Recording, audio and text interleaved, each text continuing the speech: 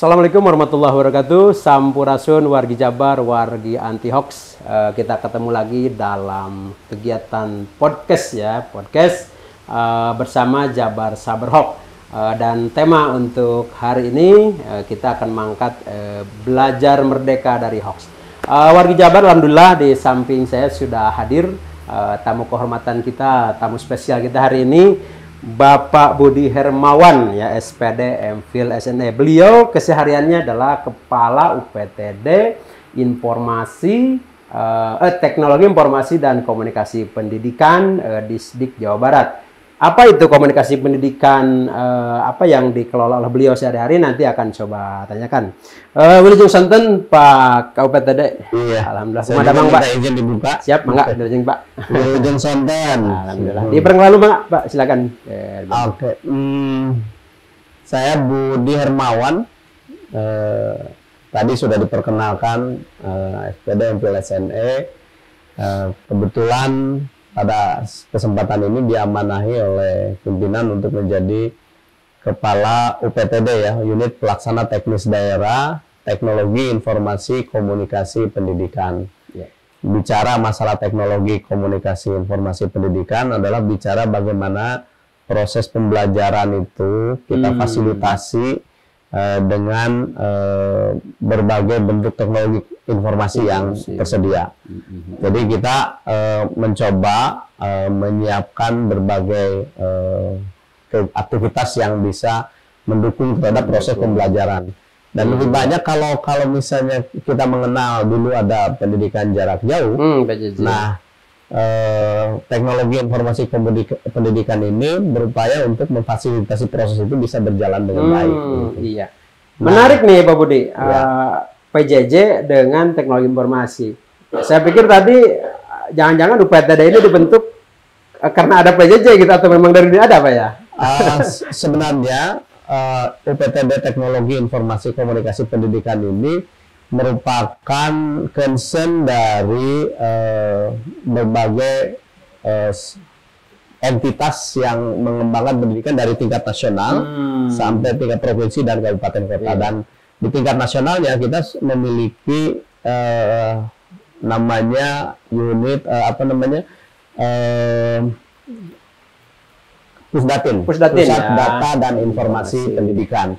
Dan Pusdatin ini merupakan lembaga pembina, bukan pembina, mohon maaf, lembaga yang memberikan fasilitasi proses bagaimana mengembangkan model-model pembelajaran yang berbasis teknologi komunikasi. Oke, siap Pak Budi. Menarik ya, wargi anti hoax. Jadi memang hari ini kita tidak bisa terhindar ya dari fenomena-fenomena perkembangan teknologi, wabil khusus ini di kalangan akademisi.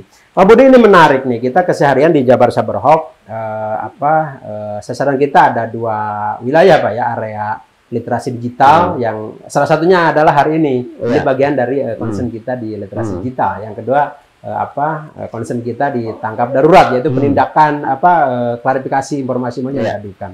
Pak Budi, ini beberapa hari yang lalu bahkan ini termasuk tingkatannya tinggi ya, kita menerima aduan informasi misalkan tentang kuota gratis bagi pelajar ya. Nah, setelah kita klarifikasi, periksa fakta, ternyata itu hoax Pak ya, dan itu konon katanya cenderung setelah kita analisis itu ada potensi-potensi pencurian data pribadi Pak. Karena di narasi-narasi broadcast-nya itu memang si sumber ya, tanda kutip, mereka menautkan link abal-abal lah begitu. Sedikit mungkin pandangan Bapak kaitan dengan menyebarnya fenomena hoax hari ini Pak Budi? Jadi memang saat ini di situasi pandemik seperti ini, choice untuk proses pembelajaran adalah menggunakan fasilitas teknologi informasi. Tidak ada pilihan. Tidak ada. Saat ini tidak ada pilihan karena ketika berkumpul saja waktu itu, maka kemudian terjadi kenaikan kasus yang terpapar oleh pandemi COVID. Fakta itu banyak. Fakta. Dan akhirnya pemerintah kan membuat kebijakan bahwa proses pembelajaran dilakukan secara daring dari rumah. Nah, pada saat daring itu yakin dan pasti itu akan membutuhkan kuota.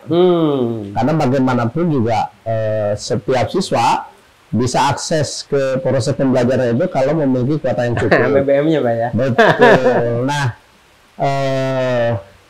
pemerintah melalui Kementerian Pendidikan dan Kebudayaan resmi itu mengeluarkan bantuan untuk jaringan itu. Jaringan itu. Nah, memang ini kan persoalan kita nih, euforia penggunaan teknologi komunikasi ini disertai dengan dampak tindak-tindak yang memang tidak seharusnya muncul. Ya. Karena orang taken for granted dari itu. Kan bisnis itu luar biasa kan. Dan mereka yang mengambil manfaat yang kurang bagus itu yang kemudian memanfaatkan. Tapi jangan khawatir bahwa kemudian kita juga mencoba melakukan penelusuran dan kita sudah check and cross check beberapa saluran atau jaringan website yang bisa kita akses yang dengan benar. Jadi memang ada bantuan itu, ada eksis itu, dan bahkan memanfaatkan untuk proses pembayarannya menggunakan dana BOS yang dari pemerintah. Itu bisa digunakan begitu.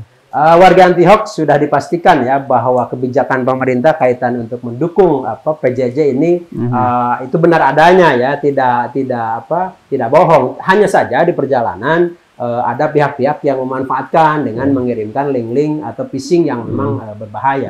Pak Budi, kaitan dengan PJJ ini kemarin satu hal lagi. Saya ingin kemarin kita sudah mendrafting bersama Telkomsel terkait dengan bagaimana CSR-nya Telkomsel ini bisa memberikan dukungan terhadap proses PJJ ini, pembelajaran jarak jauh ini. Khusus Jawa Barat? Mereka targetkan Jawa Barat. Jawa Barat. Di samping itu ada program peningkatan minat bakat juga yang mereka fasilitasi, ada 4. Alhamdulillah. Mungkin nanti setelah MOU itu ditandatangani antara Pak Kepala Dinas dengan pihak Telkomsel, Pak Kepala Dinas atas nama Pak Gubernur. Jadi kalau itu sudah ditandatangani, insya Allah kemudian kita akan tersaring lah jaringan-jaringan mana yang memang resmi, jaringan mana yang kemudian phishing itu. Ya. Mudah-mudahan itu segera ini Pak ya terminimalisir dah. Kita kemarin sudah rumuskan draftnya dan sedang dipelajari di Telkomsel. Setelah itu kita ke sini kita sampaikan ke Biro Pemodda. Iya Pak. Dan dari Biro Pemodda kemudian turun persetujuan apakah kemudian itu bisa dilanjut atau tidak. Tapi kalau lihat dari intensi Pak Kadis luar biasa ini menyambut berbagai kerjasama termasuk di dalamnya kerjasama hal. Siap. Terima kasih Pak. Itu terobosan-terobosan yang cukup menarik dan mudah-mudahan bisa terlaksana. Pak, kaitan dengan literasi digital nih, karena secara khusus PJJ ini kan hidup kita, hidup para pelajar saudara kita ini memang harus diadaptasikan dengan ini ya, dengan teknologi informasi. Syukur-syukur saudara-saudara pelajar kita yang berada di kota lah yang sudah cenderung adaptif. Ini Pak Budi, bagaimana teman-teman saudara kita yang ada di Punten di pedesaan lah misalkan harus beradaptasi dengan itu. Tapi Pak Budi pasti optimis lah. Daerah yang sulit dijangkau ya. Iya betul. Bukan hanya sulit dijangkau oleh transportasi, tapi juga sulit dijangkau oleh jaringan kan. Betul. Nah, salah satu klausul ini kan kabar menariknya. Alhamdulillah. Salah satu klausul yang nanti akan disepakati antara Telkomsel dengan pihak Disdik. Nah, Provinsi Jawa Barat, pemerintah provinsi, dan mudah-mudahan di launching di bulan Desember, itu adalah salah satunya terkait bagaimana upaya Telkomsel kemudian untuk memfasilitasi jaringan itu sehingga bisa terjangkau. Jadi ke daerah yang sudah dijangkau pun, daerah terpencil, kan sebenarnya kalau bahasa pemerintah itu daerah terluar daerah terjauh, dan daerah tidak terjangkau kan? Tidak terjangkau. Ada 3 kategori itu ya. Jadi itu semua rencananya akan difasilitasi bersama dan kita sudah pelajari itu semua. Mudah-mudahan nanti Telkomsel hadir dan tidak hanya Telkomsel yang ingin bekerja sama, termasuk induk perusahaannya.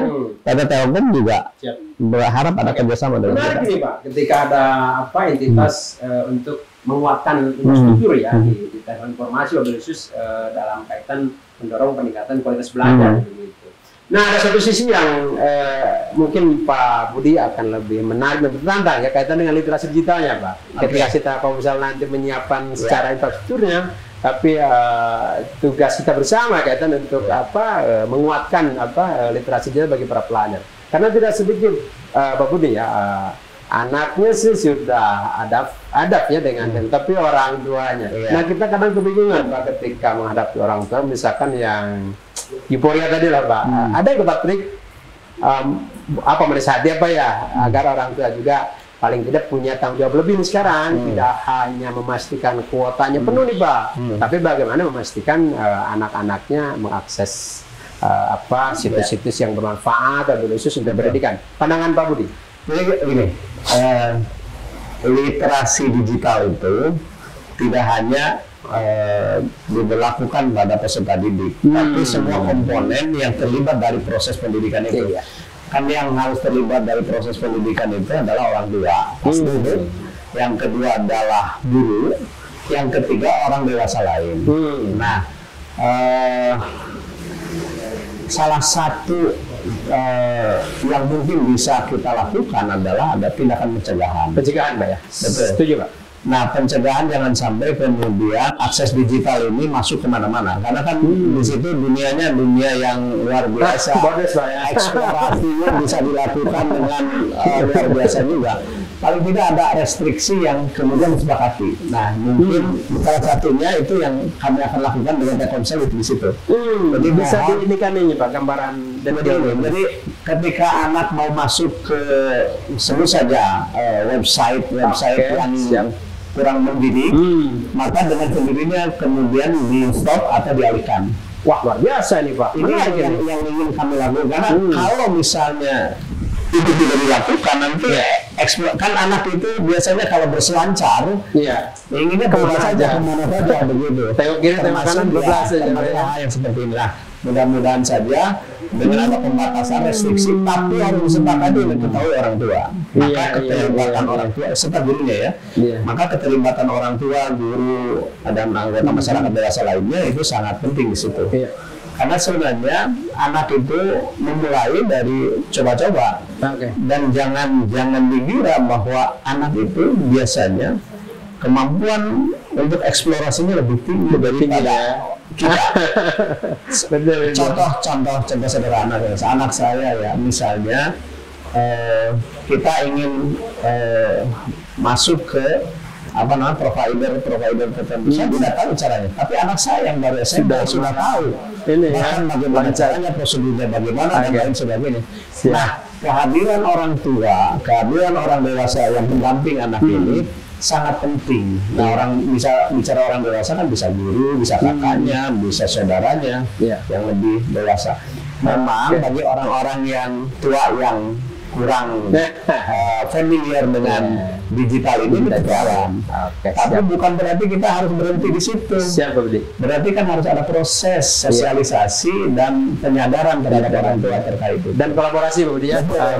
Wargi anti hoax Jawa Barat, ada yang hal menarik tadi. Konon katanya Tikkomdikdisdik ini punya terobosan-terobosan baru. Konon katanya akan ada kerjasama dengan Telkomsel dalam hal membuat drafting ya, perencanaan-perencanaan bagaimana si anak dalam berselancar di dunia internet, di dunia maya ini ada batasan-batasan tertentu. Kita doakan mudah-mudahan rencana Tikkomdik bisa berjalan lancar dan bermanfaat maslahat ya untuk bangsa ini.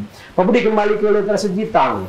Ada nggak trik Pak Budi paling tidak pandangan-pandangan Pak Budi lah, karena hari ini kita tidak bisa lepas dari literasi digital ya, karena kami dari Jabar Sabrok juga memandang bahwa literasi digital adalah salah satu upaya atau ikhtiar kita untuk mencegah ke hulu Pak, ketika padi yang kita semprot tiap hari ini sudah kita laksanakan lah dengan klarifikasi, pengecekan fakta. Namun bagaimana si bibit-bibit ini bisa unggul lah, tidak mudah terkena virus. Ada nggak Pak, gambar Pak Budi tekniknya gimana? Saya masih yakin dengan premis bahwa tindakan preventif itu akan lebih baik ketimbang tindakan kuratif. Respon kuratif ya. Nah, artinya bahwa dari sejak awal kita harus tahu persis nih dunia pendidikan. Saya pikir Pak Kadis juga punya kebijakan di situ bahwa apa namanya, dari sejak awal kita sudah melakukan identifikasi ya, mana-mana saja hal-hal yang bisa berdampak negatif pada anak, mana yang bisa berdampak positif. Yeah. Karena yang dunia maya kayak begini sulit sekali dibentengi kalau kita tidak mengidentifikasi dari awal. Betul. Maka kemudian kerjasama itu sangat dibutuhkan. Bagaimana kemudian kita membuat semacam barikade khusus supaya anak punya kesempatan dieksplorasi, tapi eksplorasinya ke hal-hal yang sangat penting dan beruntung positif. Oke, siap.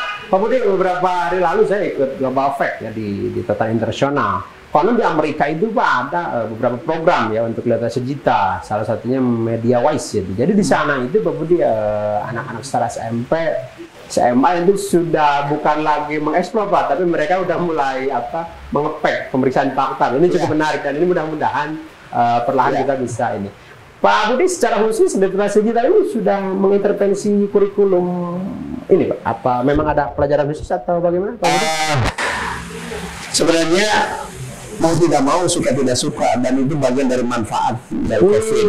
Jadi di samping COVID ini bagian dari bencana bagi kita, tapi ada manfaatnya. Manfaat hikmahnya. Jelas Pak. Nah, yang tadi disampaikan itu sebetulnya sudah kita coba mulai.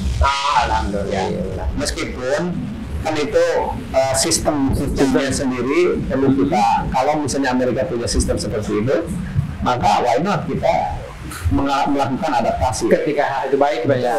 Jadi kita manfaatkan, kan sebenarnya dunia ini lebih banyak adaptasi, penyesuaian, dan yang paling penting adalah kontekstualnya harus masuk. Jangan sampai misalnya itu kan konten Amerika misalnya.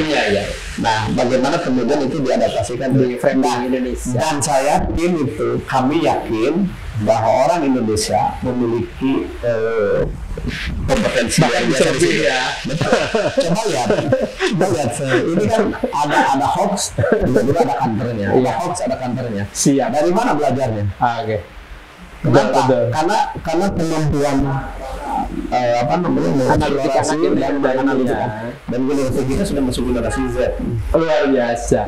Kabar gembira warga Antihok, konon katanya ini literasi digital akan semakin digemakan di Jawa Barat ya dengan instrumen-instrumen strategik dari Dinas Pendidikan Jawa Barat. Mudah-mudahan ini bisa terlaksana dan bermanfaat.